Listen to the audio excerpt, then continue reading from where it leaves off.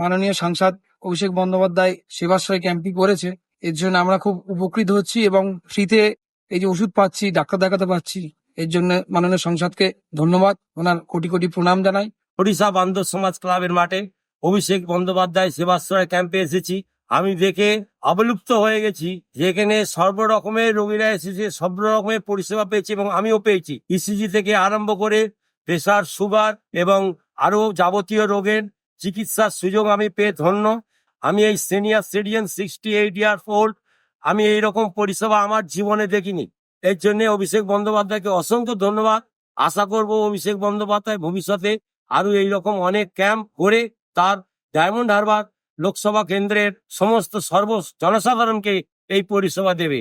এই ক্যাম্প হলে সাধারণ মানুষ অনেক উপকৃত হচ্ছে এবং আমিও কৃতজ্ঞতা স্বীকার করছি অভিষেক বন্দ্যোপাধ্যায়কে অসংখ্য ধন্যবাদ। সে যেন আরো বড় হয়, আরো বড় নেতা হয়, আমি এই কৃতজ্ঞতা কামনা করছি।